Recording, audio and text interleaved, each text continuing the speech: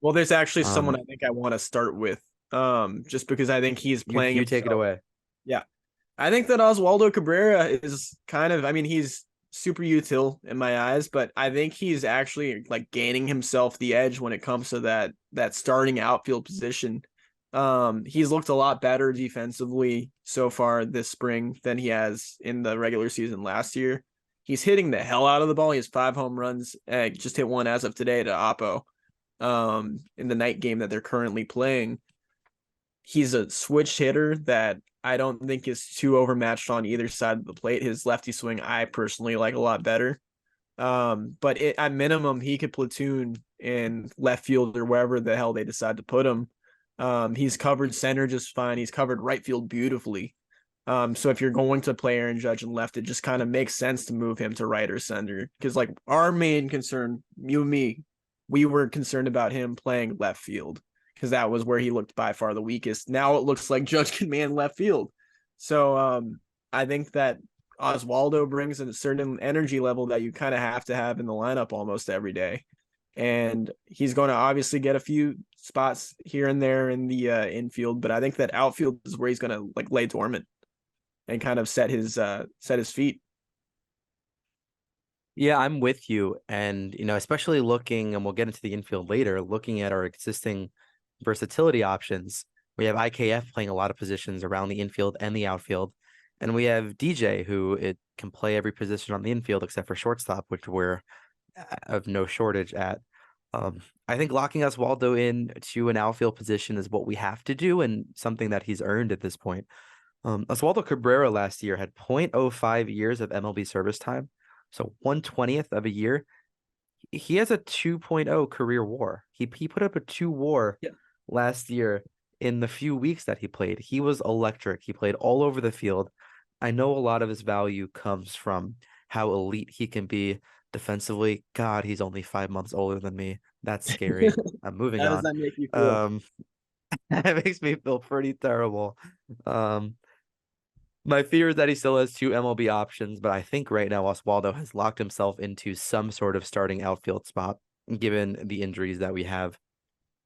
Fangraphs has him as the starting right fielder and Judge sliding over to center to cover for Bader, which we saw him do a lot last year. We even saw Oswaldo take some time in center. I think Judge is the preferred center field option in terms of output for now. In terms of Yankee injury stuff, I'm sure Oswaldo might Yeah. get some run just to preserve Judge from playing a lot of center field on his 9-year contract. Mm. Um, I'm with you. I think Oswaldo has played himself into that starting position. Wouldn't love to see him a lot in left, but maybe if he goes in left, he gets some decent time. I mean, we kind of threw him into left last year after playing him everywhere, being like, okay, you're our starting left fielder for the playoffs now. And he Yeah. only had like 3 or 4 games under his belt. So that's unfair when you're playing like weird time day games with 60,000 people at the stadium. Um, so he'll probably be a bit better than he showed in his very small sample last year.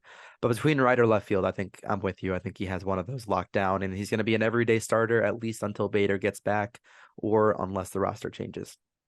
Yeah. And I mean, if you look at his arm strength, he's top 90 percentile on baseball savant. So like anywhere you put him, he's gonna throw the ball well. It's just a matter of if he can like consistently run the routes. But I think you need his bat in the lineup that brings some new fresh legs with a little bit of pop to compensate. Like I love DJ, but he's going to not give you stolen bases and all that. And without Bader, you're going to miss out on the stolen bases and the doubles and the triples. I think that Waldo brings that same element and a little bit more fire, even. So, yeah, I'm excited to see this kid play more. Pop quiz.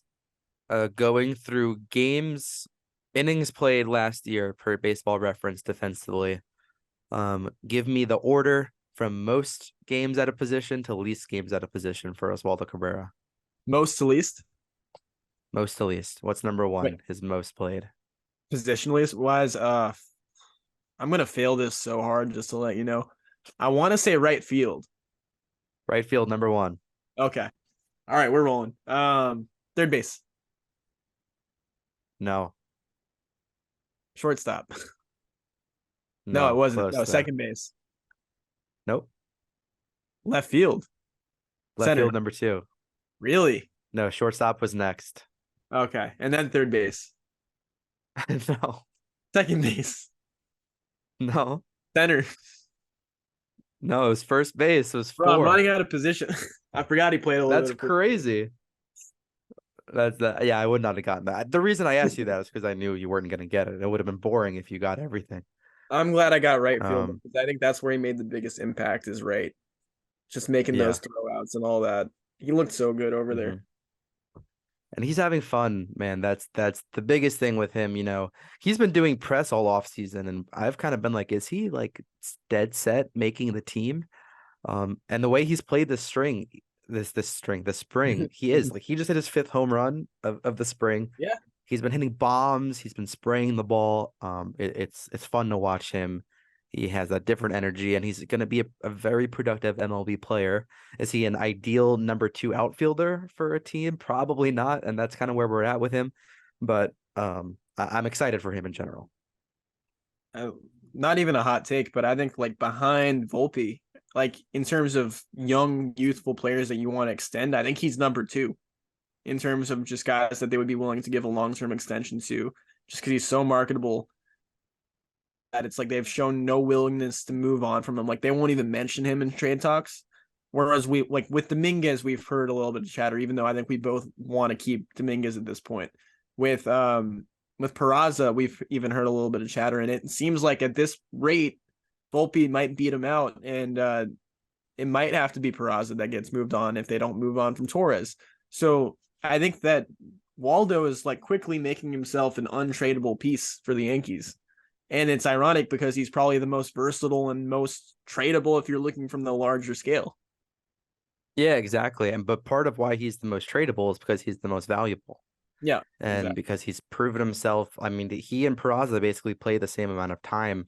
I know that Oswaldo got significantly more at bats, but Oswaldo and Peraza, like they both were up for the amount of time, and like Oswaldo Cabrera made himself known and established himself as a really good player, even though Peraza also had a decent end of the year.